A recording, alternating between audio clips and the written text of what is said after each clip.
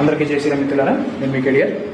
నిన్న రామచంద్రాపురంలో కాళీమాత ఆలయంలో జరిగినటువంటి ఘటన నిజంగా దారుణమైన నీచమైన చర్య మిత్రులారా.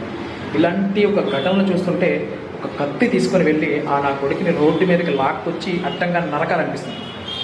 మన భారతదేశంలో స్త్రీకి అత్యంత విలువనిచ్చేటువంటి మన భారతదేశంలో ఇలాంటి దుర్మార్గులు ఇంకా ఉండవు. అది కూడా 60 ఏళ్ల వృద్ధులైనా కూడా ఆలయం గర్భగుడిలో ఇలాంటి పనులు చేయడం, బయటైనా ఎక్కడైనా ఇలాంటి పనులు చేసే ఎవరినైనా కూడా నాలుగు కోసి మర్మాంగాన్ని పోయారనుకున్నాను. అంత కోపం వచ్చేస్తుంది నాకు.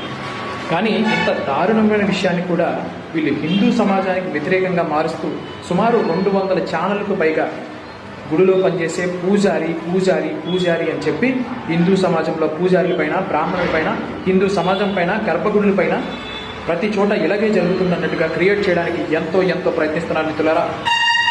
ఇది ఇంకా దారుణమైన విషయం. దీనికి తగ్గ సమాచారం ఏంటని మీకు చెప్పడం కోసం నేను వచ్చాను మిత్రులారా. ఈరోజు నిజం ఏంటంటే, ఏదైతే రామచంద్రాపురంలో ఉన్నటువంటి కాళీమాత ఆలయంలో జరిగినటువంటి సంఘటనకు సంబంధించి 13వ తారీఖున ఈ మైనర్ బాలిక పైన వీడు చేసిన అరాచకం, వీడు పూజారి కాదు మిత్రులారా.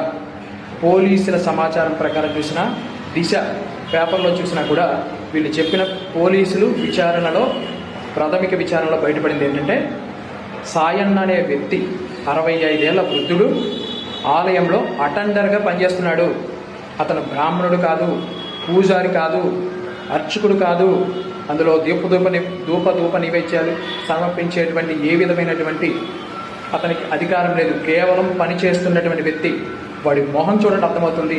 వీడిని పట్టుకొని యావత్ పూజారుల పైన, హిందూ సమాజం పైన, అర్చకుల పైన నింద వేయాలని చూస్తున్నారు మిత్రులారా. దయచేసి గుర్తించండి. కానీ ఇలాంటి వెధవలు ఎవడు చేసినా, పూజారి చేసినా, ఇంకెవడు చేసినా, ఆఖరికి ముఖ్యమంత్రి చేసినా కూడా ఇలాంటి పనులు వదిలిపెట్టకూడదు. కానీ దీన్ని తప్పుదో పట్టించే ప్రయత్నం చేస్తున్నారు. గుర్తించుకోండి మిత్రులారా. దీన్ని గమనించండి. ఇతని పూజారి కాదు, కేవలం అటెండర్గా పనిచేస్తున్న ఒక వెధవ. ఇలాంటి వెధవల్ని తరిమేయాలి సమాజం నుంచి. గుర్తుపెట్టుకోండి. జై శ్రీరామ్.